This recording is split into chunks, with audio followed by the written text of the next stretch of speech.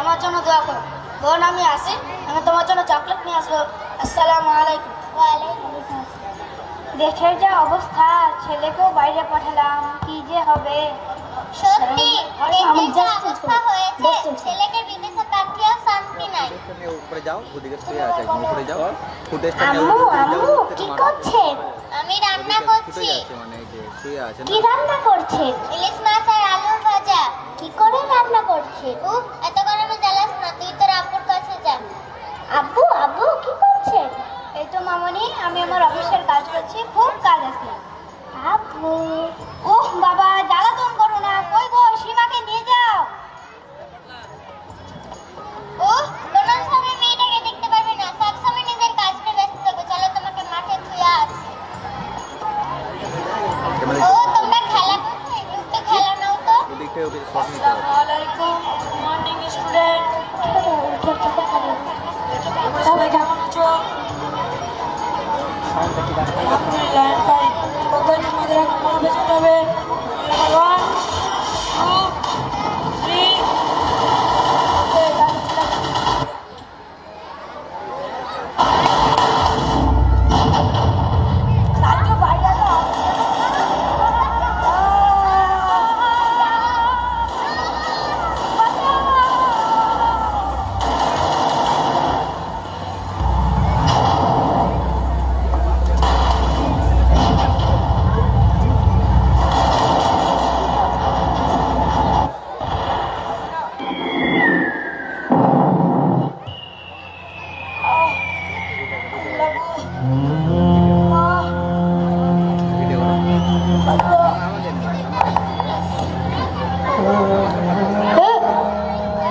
এটা কোন জায়গা? এটা তো আমাদেরই গ্রাম। এটা তো আমাদেরই গ্রাম। লাশ? এত লাশ কেন? এত রক্ত কেন? এত এখানে তো আমাদের মসজিদটা ছিল। আর ওখানে তো আমাদের স্কুলটা ছিল। কিন্তু স্কুলটা আজ ভেঙে পড়ে আছে কেন? আর স্কুলের পেছনে অনেক বড় মাঠ ছিল, সেখানে অনেক বাচ্চা খেলতো। কিন্তু আজ তারা মুখ থুবড়ে পড়ে আছে কেন? সেখানে আমার বোন সীমাও তো খেলতো। আমার বোনের কিছু হয়নি তো? আমার খুব ভয় করছে। বোন বোন সীমা, বোন বোন সীমা, কোথায় গেলে তুই? বোন বোন সীমা, বোন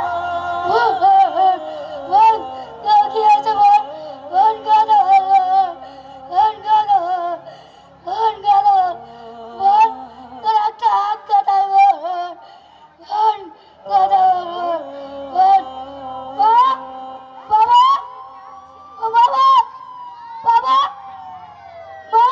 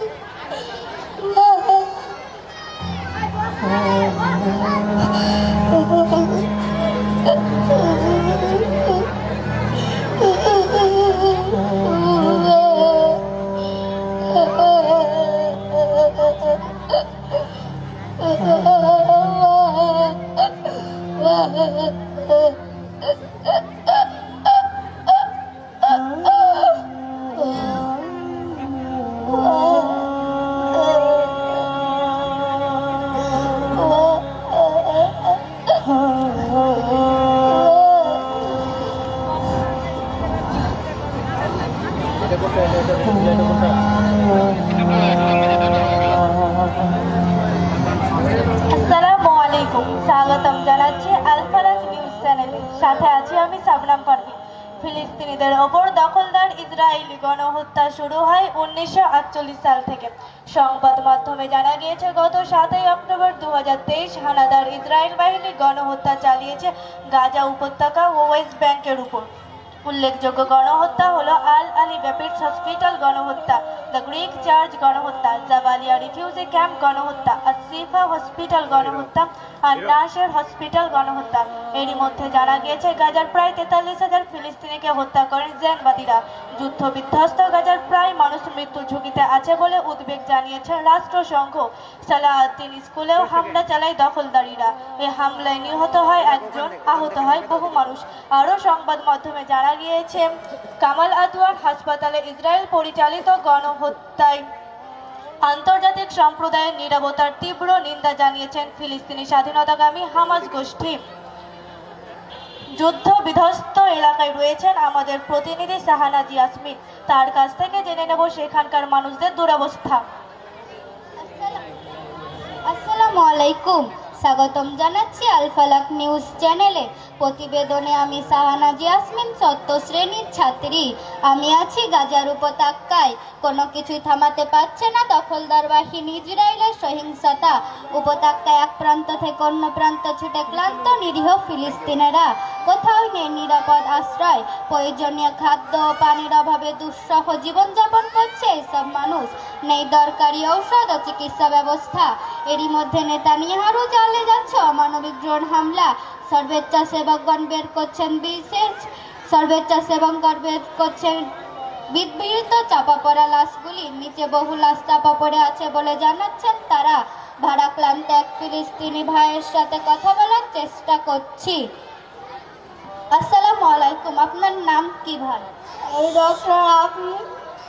আমার গত মাসে জয়েনিং ছিল, কিন্তু আমি বাড়ি ফিরে এসে দেখি আমাদের গ্রামে বোমাবাজি করেছে। আপনি কি করেন?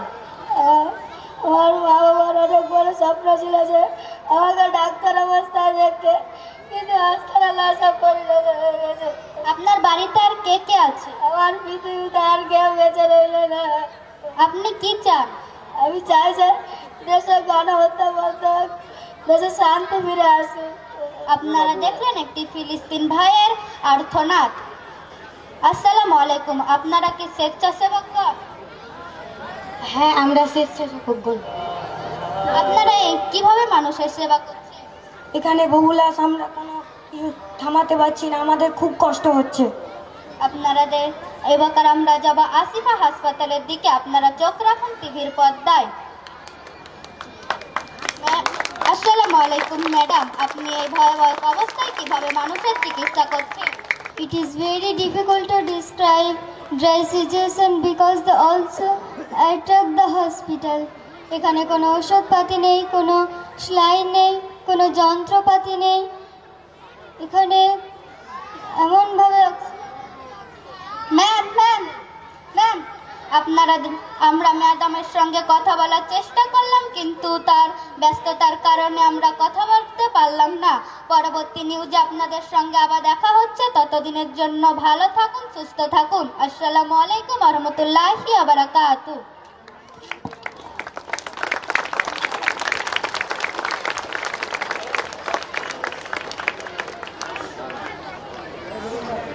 আজি স্যার,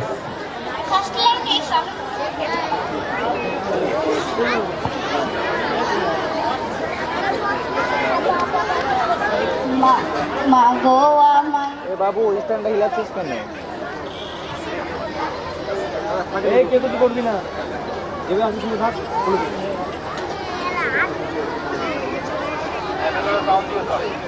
মা গো আমায় দাও পড়িয়ে যুদ্ধে